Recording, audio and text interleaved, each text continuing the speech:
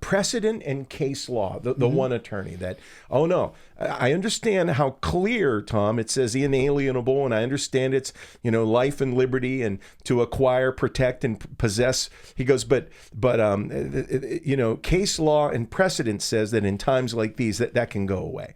So my question is, are they permissions? I mean, if they can take them away, then restore them. Yes. Then clearly this is a lever that I feel like we need to get. They're preparing us for the new norm. Is the new norm abridgement of rights when it's convenient? Right. And I agree with you there completely. It's very interesting. Yes, because, you said rights are rights. Permissions can come and go. I mean, we all grew up and our parents gave us permission and then they didn't give you permission. But now to have the government doing that, and you go back and, like you said, the Constitution of the state of Pennsylvania, the Constitution of the United States. Thank you. You just take a look at some of the basic things. It's supposed to be we the people. Yes. It's not supposed to be them, the Congress, them, the House of Representatives.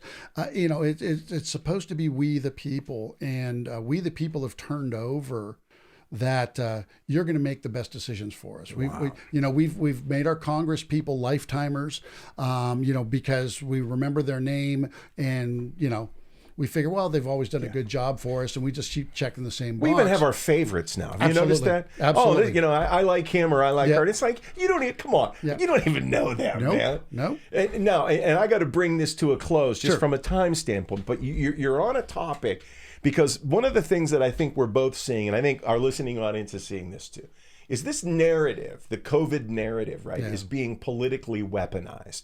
Yes. I'm already seeing very clever ads discrediting Donald Trump. Mm-hmm. And I haven't seen many yet against Biden, but I'm sure there are some out there, yes. And you and I, before the show, we were talking about this business of the president of the United States, which frankly, as you and I said upstairs, the president is a transient being. Correct. And he or she does not run this country. He's not the king. Right. The Congress runs this country. Yes. And one of the challenges that I think we agree on is this issue of term limits. We have people in Congress that have turned public service into a super career opportunity. Absolutely. They go in, they're making a couple $100,000 a year with sweetheart benefits and a lifetime pension. They're leaving in many cases with 15 and 20 million in the bank, which means clearly they're doing side deals from insider information. Absolutely. That's what's grease in the palm. Mm-hmm. But they're the problem, Yes, and what I think Americans need to understand is this business of getting angry at a transient president who comes and goes. I'm 59, Jim. Mm-hmm. I've been lied to by Democrats. Yep. I've been lied to by Republicans. Yep. But it does seem to me that no matter who is the president of the United States, things don't change much. Right. This train keeps going a particular direction. Right. We're going deeper in debt. Mm-hmm. We're continuing global skirmishes around the globe, taking freedom everywhere, which I am quite suspect of, right? Correct. Empire building and global hegemony and a whole other topic. But what is your answer? Is you think about what can Americans do to hedge against the future, to take our country and our state back? What do you think we ought to focus on? It's interesting because, we've had a couple people, and we were talking about how this whole process is really kind of like poke the bear a little bit on those of us that have been hibernating, believing in governments doing what's right for us or doing right by us. We're happy. We've been making a good living. Life is good, right? Correct. Our kids have education and we have some health care and we're all bread happy, and circuses. Oh, you bet. And But I think right now, in seeing what's taking place, like you said, our rights have now become permissions, and we're not really too confident that that's the way we want to live. So people are talking about, what are we going to do? We need to have some kind of bring up the whiskey rebellion. Let's have a rebellion. We have to do. But then somebody else said, well, to do a rebellion in the United States would require people to have initiative, drive, willing to give it all up, for what they believe in. And what we believe in, and what we've been led to believe, and what we've been fed, the Kool-Aid, which is, what we believe in is they're going to take care of us. That's right. And it's like, well, you can't live in your mom's basement forever. You have to get out, and you have to go out on your own. But, and I agree, I think honestly, the way for the United States now, just like they did in the late 60s, to really cause a change is to do something with these term limits for Congress. Right on. I really do believe that that is the way for America to take the country back. Term limits. Term limits for, absolutely. I mean, originally Congress people came from their community or their state. They went up, they spent 2-4 years up in Congress representing the people that they worked next to, the people they went to church with or school with or whatever it was that they sold goods to. And then when it was over, they went down and the next person came up. They went back to work. These people don't go back to work. These people have golden parachutes. That's right. They retire with benefits far better than you and I could ever imagine.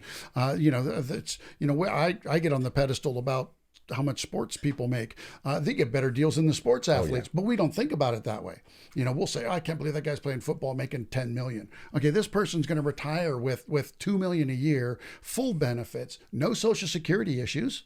It makes, and again, if they were only in there for 8 years, they should be on that same program. They've got to have the same health care we do. They've got to have the same Social Security that we do. Like I said, you want to fix Social Security, put Congress on it. Right on. And that's the way to fix that problem. So I really do believe, I think somebody had said, we need to ratify, and of course, the 28th Amendment, which is term limits for Congress. Right. And again, it comes I've seen that circulate. Yes, and here's the thing.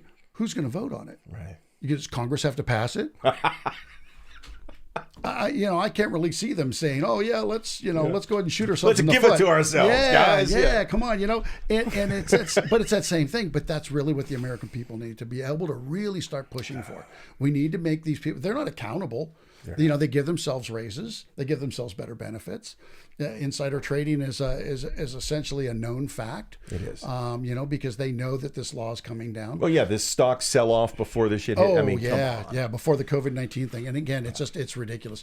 But I think that is what I see as the next public hippie movement, the grassroots of we have to do something about Congress to be able to regain control of our country. Well, it's been very, very powerful. I can feel your energy, and I hope our listening audience feels the same. Yeah. Very interesting speaking with you. And you guys go back to work. When does contracting? When do you kick it? Technically, originally it was supposed to be May 8th. They backed it up here to May 1st. Is our first day of being able to go back to work. The governor also came out with 4 pages of guidelines for people to go back to work that we're supposed to follow. My guess is it's not going to make your job any easier. Oh, no. And again, there are some general contractors I know that aren't going back to work because the rules are too restrictive for them to be able to accomplish what they need to do to stay mildly profitable. Right. So they're saying, no, we're just going to have to wait this out. But there's a lot of the smaller companies, and it's like, yes, we want to get back at it. But we've got supply chain scenarios right now. We've now everyone on the same day is going to want everything delivered. I believe it. I talked to a dumpster person. I need a dumpster for a project. I need to schedule it back up because we're restarting again. And he goes, when do you need it? Because every general contractor in Pittsburgh needs new dumpsters. Same thing. Yeah. Okay, so now we have a supply chain issue. Yeah. So now our schedules are going to be off. And so the manpower supplies. And again, if one large project comes in and into Pittsburgh, one big high-rise building, whatever it might be, they could wipe out the drywall supply for this area for months because obviously our suppliers haven't been stockpiling over the time we've been shut down. So there's a lot of things. I honestly believe in the construction industry. It's going to be at least till the end of the year, till the dust kind of settles and people can say we're back to something semi-normal. And again, that's just in my industry. That doesn't affect every other single business, whether it's, again, the hairstylist, the family restaurant, those kind of things. We know so many people that have had to throw away food and alcohol and things, because alcohol? Yeah, well, the beer goes flat. Okay. The beer goes flat. If it's in the bottle, it's still usually okay. All right. But alcohol. I thought that lasted good long. Don't throw that away. But I mean, I do know some of the people in our group are bar owners and that, and it's the same thing. They've had to throw away food and things you can't, So we're still not, just May 1st is not the beginning of the solution. Prosperity, right? No. Yeah. I mean, it's not like they turn it on and all of a sudden your bank account's full of cash. No. No. And listen to our listening audience.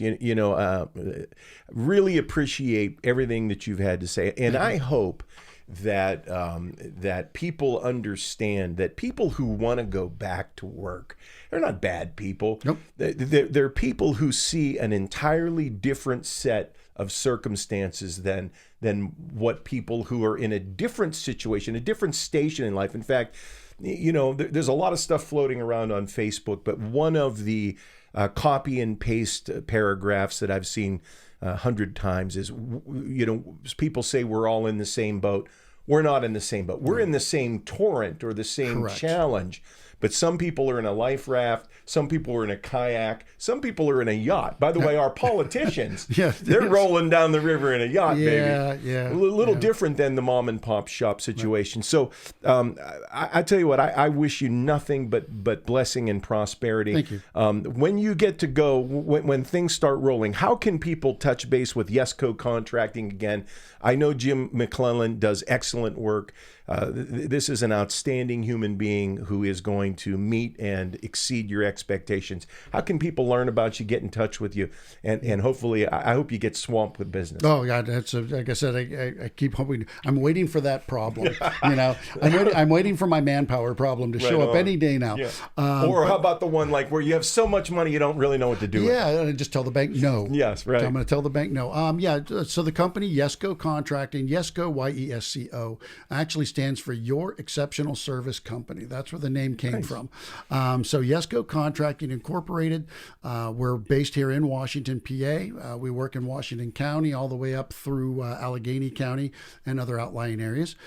We do commercial, we do residential, and you can reach us at the office, which is 412-997-9146, and the website is www.yescocontracting.com. Awesome. Tom, thank you so much. I really appreciate you having me in, being your first, guest. Even Bob the cat came down. Which is great. Obviously getting more comfortable with us. So, yes. I'd love to come back. Whatever you need. It's been a great conversation. It's been a lot of fun, man. All right. Well, thanks guys for tuning in. My name's Tom Yakupin. This is the Tom Yakupin Podcast.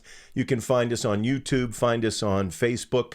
Jim McClellan, Yesco Contracting. Yep, thank you. Two human beings that are hoping for the best possible outcome for every person in Pennsylvania, the United States of America, and the world. Bye for now.